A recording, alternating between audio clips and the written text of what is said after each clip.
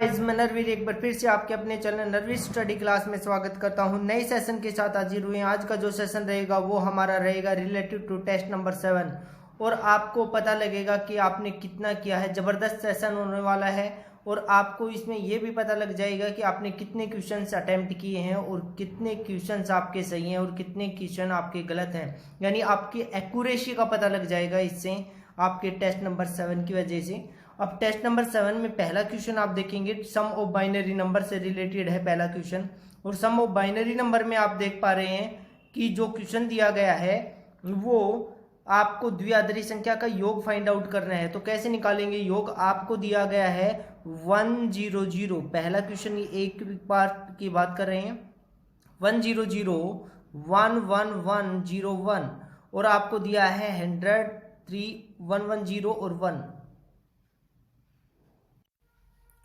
100 और इसमें दिया गया है 1011001 और आपको इसको जोड़ना है, सम करना है, इसको सम फाइंड आउट करना है। तो आप कैसे करेंगे सम फाइंड आउट? इसमें आपको दिया गया है 1 तो 1 में 1 जोड़ते हैं तो आपको पता है 2 बनता है और 2 को बाइनरी नंबर में 10 लिखते हैं तो 10 में 0 लिख दिया, एक आगे बढ़ गया।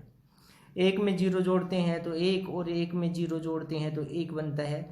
1 में 1 जोड़ा फिर 10 यानी 2 बनेगा और 2 को बाइनरी नंबर में 10 लिखते हैं तो 0 यहाँ रखेंगे, एक आगे बढ़ जाएगा।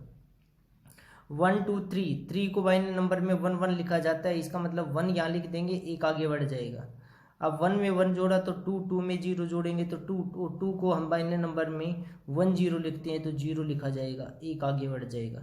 1 में 0 जोड़ा 1 में 0 जोड़ा 1, 0 में 1 जोड़ते हैं तो 1 आता है और 1 यहाँ पर आंसर आ गया 111010, ये आपका रिक्वायर्ड आंसर मिलेगा। नेक्स्ट क्वेश्चन की बात करते हैं और नेक्स्ट क्वेश्चन में आप देख सकते हैं क्वेश्चन नंबर बी की बात करते हैं और क्वेश्चन नंबर बी में आप देख पा रहे हैं कि किस प्रकार से ये क्वेश्चन हल होगा। 1 दिया है आपको और नीचे भी वही 1 में ही जोड़ना है आपको। 6 टाइम्स 1 है, इसका मतलब बाइनरी नंबर के रूप में है और बाइनरी नंबर में आपको आंसर फाइंड आउट करना है। तो आप कहेंगे 1 में 1 जोड़ा तो 2 बनता है, 2 में बाइनरी नंबर में 10 लिखा जाता है, एक आगे बढ़ गया। अब लिखेंगे 1 2 3 और 3 में बाइनरी नंबर को क्या लिखा जाता है? 3 में बाइनरी नंबर को 1 1 लिखा जाता है, बाइनरी नंबर में 3 को क्या लिखा जाता है? 1 1। तो आप लिखेंगे 1 और 1 आगे बढ़ेगा और आगे बढ़ेगा तो 1 2 3 फिर 3 बन गया और 3 को बाइनरी नंबर में फिर 1 1 लिखते हैं तो फिर 1 लिख दिया, फिर आगे एक और बढ़ गया, फिर 1 1 1 1, 3 को फिर 1 लिखते हैं, एक आगे फिर बढ़ गया, फिर 3 बन गया, 3 को 1 1 लिखते हैं, फिर 1 आगे बढ़ गया और 3 बन गया और 3 को 1 1 लिखते हैं। लास्ट आगे नंबर नहीं है तो इसका आंसर होगा 1 1 1 1 1 1 1 0, आपका रिक्वायर्ड आंसर होगा। अब क्वेश्चन नंबर 2 पर चलते हैं और क्वेश्चन नंबर 2 में आप देख पा रहे हैं कि डिफरेंस ऑफ बाइनरी नंबर है, यानी उनका अंतर फाइंड आउट करना है, आपको अंतर निकालना है। और अंतर कैसे निकालते हैं? आप लिखेंगे नंबर पहले 1 1 0 1 0 1 1 लिखा और उसमें से 3 और 2 5 यानी 5 टाइम्स 1 है, 1 2 3 4 5 टाइम्स 1 घटाना है आपको। और घटाएंगे कैसे? 1 में से घटाएंगे तो 0 बनेगा, बिल्कुल 1 में से 1 घटाएंगे तो 0 बनेगा। अब यहाँ से 0 में से 1 नहीं घटा सकते, यहाँ 0 में से 1 नहीं घटा सकते तो यहाँ से नंबर उधार लेना पड़ेगा, या बनेगा 1 0 यानी 10 बनेगा और 10 का मतलब 2 और 2 में से 1 घटाएंगे तो फिर क्या आएगा? 1 आएगा। क्या आएगा? 1। फिर आगे बढ़ते हैं तो यहाँ 0 रह गया, यहाँ पर क्या रह गया? 0 रह गया और यहाँ पर अगर 0 रह गया तो फिर आगे नंबर, यहाँ पर 0 रह गया तो आगे नंबर इससे बढ़ते हैं, यहाँ पर फिर इसके पास नंबर नहीं है। अब नंबर नहीं है तो यहाँ से बढ़ना पड़ेगा, अब यहाँ से बढ़ना पड़ेगा तो यहाँ से अगर नंबर मिलेगा आपको फिर यहाँ से उधार लेंगे और उधार लिया गया, बोरो लिया गया तो यहाँ पर तो क्या बनेगा? यहाँ पर से यहाँ पर जाएगा तो यहाँ पर तो नंबर जो बनेगा वो 10 रह गया। क्या रह गया? 10 रह गया यानी 2 बनेगा और यहाँ पर क्या हो जाएगा? 1 रह जाएगा और यहाँ पर क्या रह जाएगा? 0। तो आप कहेंगे यहाँ पर 2 में से 1 घटाएंगे तो 1, यहाँ पर 1 में से 1 घटाएंगे तो 0 और यहाँ पर 0 है ही और यहाँ पर 1। तो आंसर आ जाएगा 1001100। आपका रिक्वायर्ड आंसर होगा। और बेस में क्या होगा? 2 होगा। बेस में क्या होगा? 2 होगा। आगे ध्यान से देखें कि एक में से घटाए तो 0, एक में से घटाए तो 0, इसमें से घटेगा नहीं तो इससे उधार लिया गया, तो यहाँ पर 2 बनेगा। 2 में से 1 घटाए तो 1, मगर यहाँ पर 0 रह गया, 0 में से एक फिर नहीं घटेगा। आगे उधार लेने जाएंगे, इसके पास उधार है नहीं, यहाँ पर जाना पड़ेगा। यहाँ ये इसको देगा नंबर, तो इसके पास 1 बनेगा और इसके पास कितना बन जाएगा? 2। 2 में से घटाए तो 1, 1 में से घटाए तो 0, यहाँ 0 है ही क्योंकि यहाँ से बोरो लिया था, और ये 0 और यहाँ पर 1 आ जाएगा। इस प्रकार से रिक्वायर्ड आंसर होगा 1001100। आंसर होगा बेस 2। नेक्स्ट क्वेश्चन की बात करते हैं, क्वेश्चन नंबर 2 की। क्वेश्चन नंबर 2 के बी पार्ट की बात करते हैं। और बी पार्ट में आपने देखा कि 1100101 है, और आपको दे रखा है क्या है? 111 और यहाँ पर 6 टाइम्स 1 है। तो आप देखेंगे एक में से घटाते हैं तो 0 बचता है, बिल्कुल बचता है। यहाँ से उधार लिया, यहाँ पर उधार लिया तो 0 हो गया। अब 0 हो गया तो 0 में से 1 घटेगा नहीं, यहाँ से उधार लिया गया तो 1 0 हो गया, और 1 0 का मतलब 2, 2 में से 1 घटाए तो 1, यहाँ पर 0 रह गया। अब 0 रह गया तो इसका मतलब 0 में से 1 तो घटेगा नहीं, ये इसके पास जाएगा उधार लेने के लिए, इसके पास उधार है नहीं, ये इसके पास जाएगा, ये इसके पास जाएगा, और ये इसके पास। जब इसने इसको उधार दिया तो 2 नंबर बना इसके पास, फिर इसने इसको उधार दे दिया तो इसके पास 2 नंबर रह गए, इसके पास 1 रह गया। यहाँ पर 1 रहेगा नंबर, यहाँ पर 1 नंबर रहेगा, यहाँ पर भी 1 नंबर रहेगा, फिर यहाँ पर भी 1 नंबर रहेगा, मगर इसके पास आते ही 2 बनेगा। 2 में से 1 घटाया तो 1, फिर 1 में से घटाएंगे तो 0, फिर 1 में से घटाया तो 0, फिर 1 में से घटाया तो 0।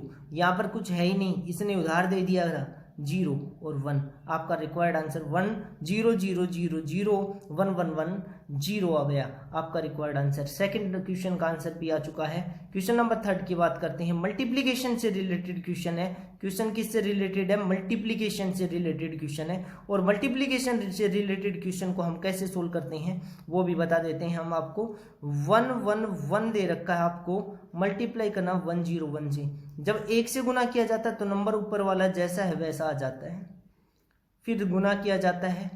थोड़ा स्पेस ले लेते हैं हम, आगे दिक्कत ना आए। तो आपको मल्टीप्लाई करना है, गुना करना है, और गुना किससे करना है? 111 को 101 से मल्टीप्लाई करना है। तो आप मेरे को बताओ कि अगर 1 से गुना करेंगे तो ये नंबर जैसा है वैसा आ जाएगा, और 0 से गुना किया तो ये नंबर 0 0 0 आ जाएगा, क्योंकि 0 को किसी से गुना करते ही 0 बनता है। और जब हमने 1 से फिर गुना किया इस नंबर को ऊपर वाले को तो 111 बनेगा। तो आप जोड़ेंगे तो 1 में कुछ नहीं जोड़ना, 1 आएगा, 1 में 0 जोड़ना, 1 आएगा, 1 में 1 जोड़ेंगे तो 2 बनता है। 2 को बाइनरी नंबर में क्या लिखते हैं? 0 लिखते हैं। क्या लिखते हैं? 0। और कितना? 1 बच जाएगा। 10 लिखते हैं। क्या लिखते हैं? 10। तो 10 लिखेंगे तो 0 लिख दिया, फिर 1 कहाँ बढ़ जाएगा? आगे बढ़ेगा तो यहाँ आ जाएगा। तो 1 में 1 जोड़ेंगे तो फिर 2 में को क्या लिखते हैं बाइनरी नंबर में? 0 और 0 फिर बन गया, फिर आगे फिर 1 बढ़ जाएगा तो 1 क्या होता है? 2, और 2 को फिर लिखते हैं 10। तो आपका आंसर आ जाएगा 100011। आपका बेस 2 आपका रिक्वायर्ड आंसर मिलेगा। बेस 2 आपका रिक्वायर्ड आंसर मिलेगा। नेक्स्ट क्वेश्चन की तरफ बढ़ते हैं।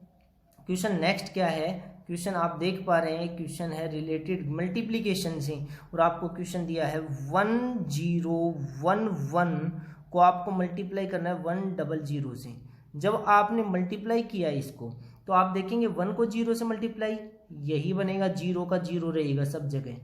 फिर मल्टीप्लाई 0 को, फिर 0 को ऊपर वाले नंबर से मल्टीप्लाई करते हैं तो ऊपर वाला नंबर फिर 0 बन जाएगा, क्योंकि 0 को किसी से गुना कर दो 0 बनना है। फिर मल्टीप्लाई करेंगे, फिर 1 को मल्टीप्लाई किया 1, फिर 1 को 1 से मल्टीप्लाई 1, फिर 1 को 0 से मल्टीप्लाई 0, फिर 1 को 1 से 1। आपका आंसर आ गया 0 0 1। 1 में 0 जोड़ेंगे तो फिर 1, 0 में 0 जोड़ा तो 0, फिर 1 यहाँ पर है ही। तो आंसर आ गया 101100। बेस 2 आपका रिक्वायर्ड आंसर। आगे बढ़ें, बोलो। क्वेश्चन नंबर फोर्थ की बात करते हैं। क्वेश्चन नंबर फोर्थ क्या है, डिवीजन से रिलेटेड क्वेश्चन है। द्विआधारी संख्या का भाग कैसे किया जाता है और भाग से रिलेटेड क्वेश्चन को कैसे हल करते हैं वो देख लेते हैं। हम क्वेश्चन देख लेते हैं पहले। 1 1 आपको दिया गया है, आपको क्वेश्चन दिया गया है 1 1 1 1 0 और भाग किससे दिया गया है, 10 से। आपने भाग दिया 1 0 से, बेस 2 है, बाइनरी नंबर के रूप में प्रेजेंट है, एक पे भाग जाएगा तो 1 0, एक में से 0 घटाएंगे तो एक, एक में से घटाए तो 0, एक फिर आगे आ गया, फिर आपने एक पे भाग जाएगा, फिर 1 0 बन जाएगा, फिर 1। अब ये उतार चुके थे, ये उतारना है, अब 1 उतारा, फिर 1 पे भाग चला जाएगा 1 0, फिर 1, यहाँ पर कितना बन जाएगा 1। अब 0 उतारेंगे, फिर भाग चला जाएगा 1 पे, अब 1 0। इसका मतलब रिमाइंडर तो 0 बचेगा और क्वोशेंट बचेगा, वो कितना बचेगा 1 1 1 1 1 1। आंसर।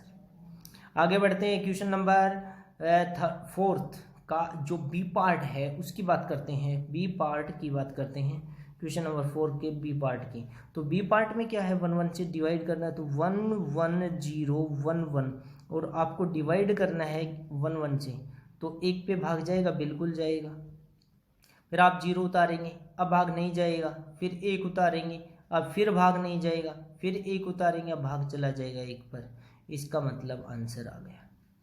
दूसरा, इसको मेथड को कैसे कर सकते हैं कि मल्टीप्लिकेशन के द्वारा भी सोल्व कर सकते हैं। जैसे इसका इससे मल्टीप्लाई करते किया जाता है और ये जोड़ा जाए तो ये नंबर मिलेगा, ये नंबर मिलेगा आपको, ये जो अंदर वाला नंबर है वो मिल जाएगा आपको। इसको इससे गुना करेंगे और 0 जोड़ेंगे तो आपको ये अंदर वाला नंबर मिल जाएगा। इस प्रकार से भी कर सकते हैं। तो इसका क्वोशेंट पूछा जाए तो 1 0 0 1 है और इसका अगर रिमाइंडर पूछा जाए तो 0 है। आंसर आ गया। नेक्स्ट क्वेश्चन की तरफ बढ़ते हैं। क्वेश्चन नंबर 5, पांचवें क्वेश्चन की बात करते हैं और पांचवें क्वेश्चन में दशमलव संख्या को ऑक्टल नंबर में बदलना है। आपको 3 क्वेश्चंस दिए गए हैं और 3 क्वेश्चंस को कैसे हल करना है आपको ऑक्टल नंबर में बताया था। 9 8 7 दे रखा, आपको कैसे सोल्व करना है आपको बताया था कि 8 से डिवीजन लगेगा, भाग लगेगा 8 से, ऑक्टल में बदलना है। तो 8 एकम 8, 8 दूनी 16, क्योंकि 8 से भाग दिया 1 बचा, यहाँ पर 1 रिमाइंडर होगा, 8 उतारा, 8 दूनी 16, 2 रिमाइंडर, 8 तिया 24, कितना रिमाइंडर 3, फिर 8 से भाग देंगे, 8 एकम 8, 4 बच गया, 8 पंचू 40, कितना रिमाइंडर 3 रिमाइंडर, फिर 8 से भाग, 8 एकम 8, 15 में से 8 गया तो 7। आपका आंसर 1733 बेस 8। नेक्स्ट क्वेश्चन की तरफ बढ़ते हैं। ये आंसर आ जाएगा question number A part. Question number कौन सा है आप देख सकते हैं, क्वेश्चन नंबर 5 के ए पार्ट की बात की गई। अब पार्ट नंबर बी की बात करते हैं। पार्ट नंबर बी की बात करते हैं और पार्ट नंबर बी में 4 8 7 दिया गया है स्टूडेंट। तो 4 8 7 को 8 से डिवीजन तो कर सकते हैं ना, 8 48 और 7 उतारा जाएगा, भाग नहीं जाएगा, 0 तो रिमाइंडर बचेगा 7, फिर 8 से भाग, 8 7 56, 8 7 56, 60 में 56 घटाया तो कितना 4। तो यहाँ से इस प्रकार से लिख सकते हैं, 8 से भाग दोबारा तो जाएगा नहीं क्योंकि 7 बचा है यहाँ पर। तो आंसर लिख सकते हैं 747 बेस 8। आपका रिक्वायर्ड आंसर मिलेगा स्टूडेंट्स। आगे बढ़ें। अगला क्वेश्चन क्या है, अगला क्वेश्चन क्या है, अगला क्वेश्चन रिलेटेड है ऑक्टल नंबर से। सी, क्वेश्चन नंबर सी की बात करते हैं। क्वेश्चन नंबर सी को कैसे सोल्व करेंगे, आपको 734 दे रखा है और आपको 8 से डिवाइड करना है कंटिन्यू। और 8 से डिवाइड कैसे करते हैं स्टूडेंट्स, आप ऐसे डिवाइड करेंगे 8 से, 8 8 ने 72, अब 72 73 में 72 घटाएंगे तो 1 बचेगा, 1 4, 8 एकम 8, कितना बच गया रिमाइंडर 6, फिर 8 एकम 8, 8 एकम 8 रिमाइंडर फिर 3, फिर 8 से 8 एकम 8 रिमाइंडर फिर 3। देखो दोबारा से, 8 ने 72, 1 4, 8 एकम 8, 6 से 8 एकम 8, यहाँ पर 11 बचेगा, फिर 8 एकम 8, 11 88 होता है, 3 शेष बच गया, फिर 8 एकम 8 होता है, 11 में से 8 गया तो 3, फिर रिमाइंडर। तो आंसर लिखा जाएगा 1336 बेस 8 आपका रिक्वायर्ड आंसर होगा स्टूडेंट। आगे बढ़ें। आगे बढ़ते हैं, नेक्स्ट क्वेश्चन की तरफ बढ़ते हैं। नेक्स्ट क्वेश्चन नंबर 6 की बात करते हैं। 6th क्वेश्चन नंबर है और ओक्टल में दे रखा है आपको। किस में दे रखा है भाई? ओक्टल के रूप में दे रखा है। आप किस प्रकार से इसको किस में चेंज कर सकते हैं? आप ओक्टल नंबर को दशमलव संख्या में बदलना है आपको। दशमलव संख्या में 3 4 5 के रूप में 3 4 5 के रूप में प्रेजेंट है। और 3 4 5 के रूप में अगर आपके पास प्रेजेंट है तो आप किस प्रकार से सोल्व करेंगे? आप लिखेंगे 3 4 5, बेस 8 है और आपको 10 में बदलना है। तो किस प्रकार से बदलेंगे?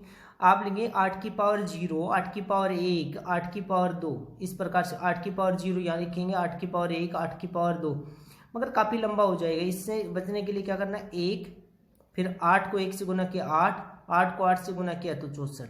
अब लिख दो 5 एकम 5, 8 चौका 32, 8 चौका 32 और 64 को फिर 3 से गुना करेंगे तो 3 चौका 12, 1 36 18 और 1 19, 192 आ जाएगा।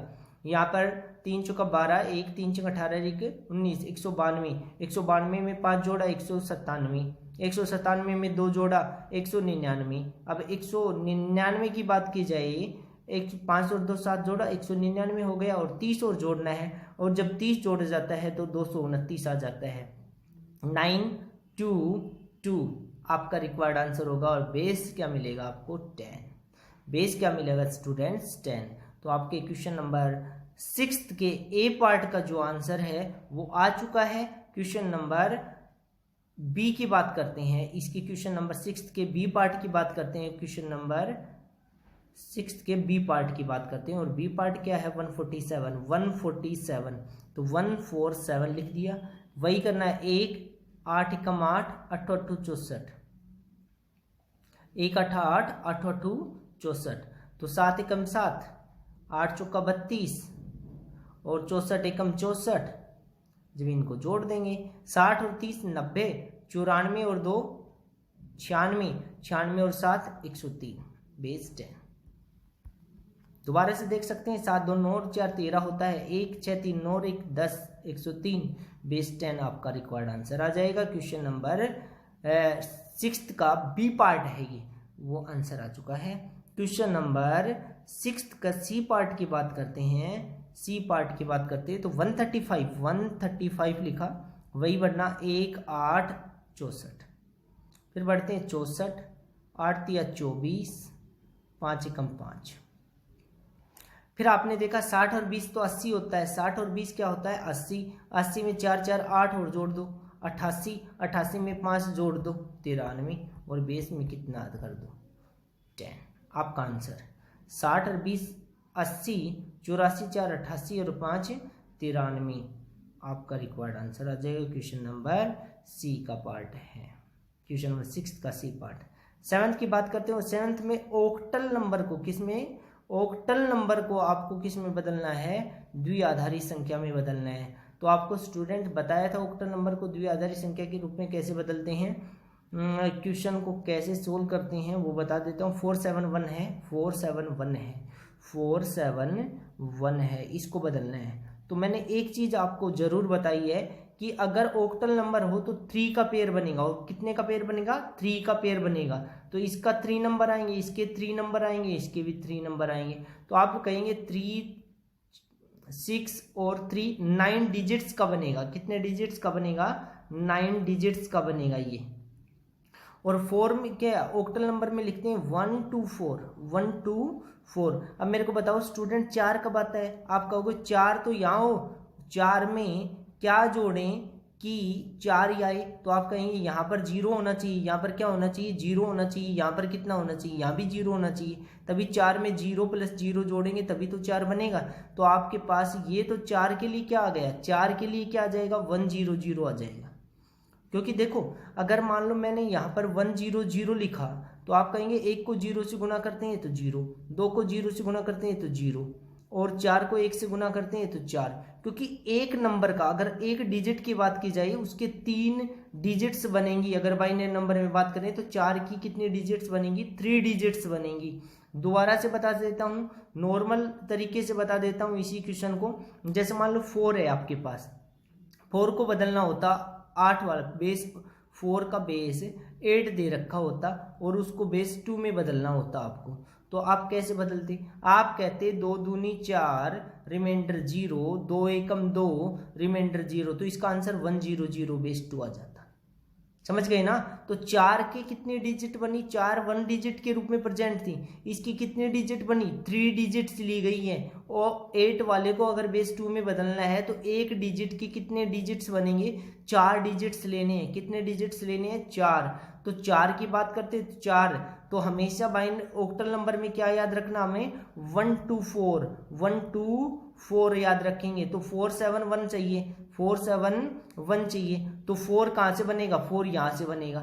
4 में 0 + 0 जोड़ेंगे तो 4 बनेगा। तो आप कहेंगे 4 के लिए, तो जहाँ पर नंबर है ना, नंबर लिया है 4 2 1 में से कोई भी नंबर लिया है तो 4 की जगह तो 1 लिखेंगे, और 4 के अलावा हमें यहाँ पर तो कुछ लिया ही नहीं ना। 4 में क्या जोड़ना है? 0 जोड़ना है, यहाँ भी 0 जोड़ना है, तो यहाँ 100 लिखेंगे। क्या लिखेंगे? 100। 7 कैसे बनता है? तो आप कहेंगे 4 में 2 जोड़ते हैं 6, 6 में 1 जोड़ते हैं तो 7 बनता है। तो हमें सब जगह के नंबर लिए हैं तो हमें सब जगह 1 1 लिखना पड़ेगा, तो 7 के लिए 1 1 1 लिखना पड़ेगा। हमें 4 2 1 लेना है, 4 2 1 में 1 लेना है, मेरे को 1 लेना है, तो मेरे को पता है कि 1 यहाँ से बनता है। यहाँ पर 4 और 2 की जगह तो 0 0 आएगा, 4 और 2 की जगह तो क्या आएगा? 0 0, तो यहाँ पर 1, तो 0 0 1, ये आंसर आ गया 100 1 1 1 0 0 1। ये आपका रिक्वायर्ड आंसर होगा, ये आपका क्या होगा? रिक्वायर्ड आंसर होगा। दूसरा ये हो सकता है, दूसरा ये हो सकता है स्टूडेंट्स, दूसरा क्या हो सकता है? दूसरा ये हो सकता है कि आपको अगर ऐसा नहीं करना है तो आप कहेंगे 4 को बाइनरी नंबर में बदलो, 2 दूनी 4, आप कहेंगे 0, 2 एकम 2 0, तो आप 4 की जगह तो लिखोगे 100। फिर 7 को बदलो, फिर 7 को बदलेंगे 7, फिर 7 को बदलेंगे तो ऐसे बदलेंगे 2 3 6 रिमाइंडर 1, 2 एकम 2 रिमाइंडर 1, 1 1 लिखेंगे 7 को, 7 को क्या लिखेंगे? 1 1। 1 को बदलना है, 1 को भाग जाएगा नहीं, 2 से भाग जाना नहीं है। अब 2 से भाग जाना नहीं है तो 1 ही लिखा जाएगा, मगर मैंने बताया ना, तो इसमें 3 डिजिट लिखी जाती है तो 0 0 भी लिखना पड़ेगा, तो 0 0 1 बन जाएगा ये आंसर। समझे स्टूडेंट? क्योंकि 3 का पेयर बनता है ऑक्टल नंबर को अगर बाइनरी नंबर में बदलना है तो 3 3 का पेयर, 3 का पेयर ये, 3 का पेयर ये, 3 का पेयर ये। अब 0 0 1 को क्या लिखेंगे? 1 लिखेंगे। 1 1 1 को क्या लिखेंगे? 7 लिखेंगे। 1 0 0 को क्या लिखेंगे? 4 लिखेंगे। आगे बढ़ते हैं, जल्दी से क्वेश्चन को करते हैं यार, जल्दी से क्वेश्चन को हल करते हैं। फिर वही लिखना है 1 2 4, 1 2 4। 3 कैसे बनता है? 3 कैसे बनता है? 2 में 1 जोड़ते हैं तो 3 बनता है, तो इसका मतलब यहाँ 0 लिखा जाएगा, 1 1 लिख जाएगा, तो आप लिखेंगे 3 के लिए 0 1 1। 5 कैसे बनता है? आप कहेंगे 4 में 1 जोड़ते हैं तो 5 बनता है, 4 में 1 जोड़ते हैं तो क्या बनता है? 4 2 1 लिखेंगे। 4 में 1 जोड़ते हैं तो 5 बनता है, इसका मतलब यहाँ तो 0 लिखा जाएगा, तो इसकी जगह 1 0 1, तो 5 की जगह 1 0 1 लिखा जाएगा, 5 की जगह लिख दिया। 2 कैसे बनता है? 4 2 1 में 2 कैसे बनता है? 4 2 1 में 2 कैसे बनता है? यहाँ बनता है 2, यहाँ बनता है 2, यहाँ बनता है तो 2, बाकी जगह तो 0 रखा जाएगा, यहाँ 1 रखा जाएगा, तो आपका आंसर होगा 0 1 0। तो आपका आंसर हो गया 0 1 1 1 0 1 0 1 0। अब दूसरा ये हो सकता है कि 0 ना दिया जाए तो आपका आंसर ये बन जाएगा, ये भी कर सकती हैं आप आंसर, ये भी आंसर कर सकती हैं। आगे बढ़ते हैं स्टूडेंट्स, क्वेश्चन नंबर सी की बात करते हैं, क्वेश्चन नंबर सी की बात करते हैं। और क्वेश्चन नंबर सी में आप देखते हैं 67 है, तो 67 में 4 2 1 है, 67 यानी 6 कैसे बनेगा? 4 और 2 6 बनता है, 4 और 2 6 बनता है, तो 4 की जगह भी 1, 2 की जगह भी 1, और मगर 1 की जगह क्या लिखा जाएगा? 0, तो 1 1 0। 7 की जगह क्या रखा जाएगा? 7 की जगह क्या रखा जाएगा? 7 की जगह स्टूडेंट्स क्या रखा जाएगा? तो 7 की जगह आप रखेंगे 4 में 2 जोड़ा 6, 6 में 1 जोड़ा तो 7 होता है, 4 2 1, 4 2 1, तो 4 में 2 जोड़ते हैं 6 बनता है, 6 में 1 जोड़ते हैं 7 तब बनता है, तो सब जगह 1 1 लिखा जाएगा, तो आप लिखेंगे 1 1 1 बेस 2, आपका आंसर खत्म। क्वेश्चन नंबर सी का आंसर कंप्लीट हो चुका। आगे बढ़ते हैं, क्वेश्चन नंबर 8 की बात करते हैं। क्वेश्चन नंबर 8 में क्या है? द्विआधारी संख्या को आपको किस में बदलना है? द्विआधारी संख्या को आपको ऑक्टल नंबर में बदलना है। 3 का पेयर बनाएंगे, 1 1 1 0 1 1, 3 का पेयर यहाँ बनाना है, 3 का पेयर यहाँ बनाना है, 3 का पेयर यहाँ और 3 का पेयर ये वही लिखना है आपको, वही लिखना है 1 2 4, यहाँ भी 1 2 4। तो आप कहेंगे ये कैसे लिखा जाएगा, आप कैसे कहेंगे लिखा कैसे जाएगा, तो ये तो 0 बनना है, ये 0 बनना है, तो आप कहेंगे 1 को 1 से गुना 1, 2 को 1 से गुना 2, 2 में 1 जोड़ा तो 3, ये इसकी जगह लिखा जाएगा 3, यानी 0 1 1 की जगह लिखा जाएगा 3 लिख दिया। अब लिखेंगे 1 1 1, इसको इससे गुना 1, इसको इससे गुना 2, इसको इससे गुना करेंगे तो 4 आएगा, 4 2 6 और 1 1 7, वो 4 2 6 और 1 7 लिख दिया जाएगा 73। इसका मतलब इसका ऑक्टल क्या बनेगा, 73 बेस 8 बनेगा। आगे बढ़ते हैं स्टूडेंट्स, किस प्रकार से क्वेश्चन आगे देखते हैं। 1 0 1 1 0 1 और बेस कितना है, इसमें भी 3 का पेयर बनाएंगे और 3 का पेयर 1 0 1 1 0 1 है, तो आप लिखेंगे 1 2 4 और 1 2 4, इसमें भी 1 2 4। तो मैंने देखा इसको इससे गुना करते हैं तो 0 बनता है, 4 एकम 4 किया जाता है, 1 एकम 1, 4 और 1 5, या भी 4 और 1 5, इसको गुना करते हैं तो 4 और 1 5 बनता है और 5 बनता है 55। इसका रिक्वायर्ड आंसर बनेगा, रिक्वायर्ड आंसर बन गया 55। क्वेश्चन नंबर सी की बात करते हैं, क्वेश्चन नंबर सी की बात करते हैं और क्वेश्चन नंबर सी में आप देखेंगे 1 1 1 1 0 1 है और आप देखेंगे कि इसमें 3 का पेयर्स बनाना है, ये बनाया 3 का पेयर्स, 1 2 4 लिखना है, 1 2 4 लिखना है, इसका गुना करेंगे 0 बनना है तो 4 1 5 बना, इसकी जगह 1 0 1 की जगह क्या रखेंगे 5। फिर मैंने देखा 1 2 4 फिर लिखा जाएगा, फिर मैंने देखा कि इसको इससे गुना, इसको इससे गुना, इसको इससे गुना, पूरा नंबर आएगा 4 2 6 और 1 7, 75 बेस 2 बेस 8 आपका रिक्वायर्ड आंसर होगा, 75 बेस 8 आपका रिक्वायर्ड आंसर होगा। तो क्वेश्चन का आंसर आ चुका है और क्वेश्चन नंबर कितने हो चुके हैं, 8 क्वेश्चन थे उस टेस्ट में और 8 के 8 क्वेश्चन का सॉल्यूशन करवा दिया गया है। अगर जिन स्टूडेंट्स को सॉल्यूशन में कोई डाउट है तो वो कमेंट बॉक्स में ज़रूर बताएं, किसी भी को मतलब क्वेश्चन से रिलेटेड कोई भी क्वेश्चन है इसमें जो पीडीएफ मिला है आपको, उसमें कोई भी क्वेश्चन में आपको डाउट अब भी लग रहा है तो कमेंट बॉक्स में ज़रूर बताएं और सेशन को शेयर करें, सब्सक्राइब करें और लाइक करें। इसमें बढ़िया क्वेश्चन करवाए गए हैं जो नॉर्मली नहीं करवाए गए हैं, क्वेश्चन कहीं से भी नहीं करवाए गए हैं, कहीं पर भी वीडियो में नहीं मिलेंगे आपको इस प्रकार के क्वेश्चन जो इस वीडियो में मिले हैं। और इनसे रिलेटेड आप प्रैक्टिस क्वेश्चंस आप देख सकते हैं कि आपको हमेशा किस पर मिलते हैं, आपके अपने टेलीग्राम चैनल पर मिलेंगे, VT मैथ्स @नरवीर पर मिलेंगे, जो आपको लिंक डिस्क्रिप्शन में भी दिया जाता है, आपको लिंक डिस्क्रिप्शन में भी दिया जाता है, उसमें देख सकते हैं। तो आज का जो सेशन है वो अच्छा सेशन रहा है और इसमें विभिन्न प्रकार के जो क्वेश्चंस आपको दिए गए थे पीडीएफ में, उनके सभी क्वेश्चंस का सॉल्यूशन करवाया गया है। नेक्स्ट जो पीडीएफ मिलने वाली है आपको, वो मिलने वाली है ऑक्टल नंबर सिस्टम से रिलेटेड, मिल चुकी है आपको, और नेक्स्ट जो पीडीएफ मिलेगी वो आपको मिलेगी हेक्साडेसिमल नंबर सिस्टम से रिलेटेड, हेक्साडेसिमल नंबर सिस्टम से रिलेटेड पीडीएफ मिलने वाली है आपको। और उस पीडीएफ के जितने भी क्वेश्चंस हैं जल्दी से सोल्व करने पड़ेंगे आपको, और उनमें और जल्दी से कमेंट बॉक्स में जिन स्टूडेंट्स ने इस पीडीएफ को करके देखा है, जल्दी से कमेंट बॉक्स में क्वेश्चंस के क्या बताने हैं, अपना स्कोर बताना है, क्वेश्चंस के अकॉर्डिंग अपना स्कोर बताना है कि टोटल क्वेश्चंस कितने थे। पार्ट में हर पार्ट की बात नहीं की जा रही, टोटल क्वेश्चंस देख लेना, आप काउंट कर लेना, और आपके क्वेश्चन कितने एक्यूरेट हैं वो आप कमेंट बॉक्स में जरूर बताएंगे। आप उनको किस में बताएंगे, कमेंट्स बॉक्स में जरूर बताएंगे। और आपको कितना समझ में आया इससे पता लग जाएगा आपको कितने क्वेश्चन सही रहे हैं और कितने क्वेश्चन आपके क्या रहे हैं गलत, आपको कमेंट बॉक्स में बताना है। आज के लिए इतना ही, thank you, have a nice day for you. हंसते रहें, मुस्कुराते रहें और क्वेश्चंस को सोल्व करते रहें। Thank you, have a nice day for you.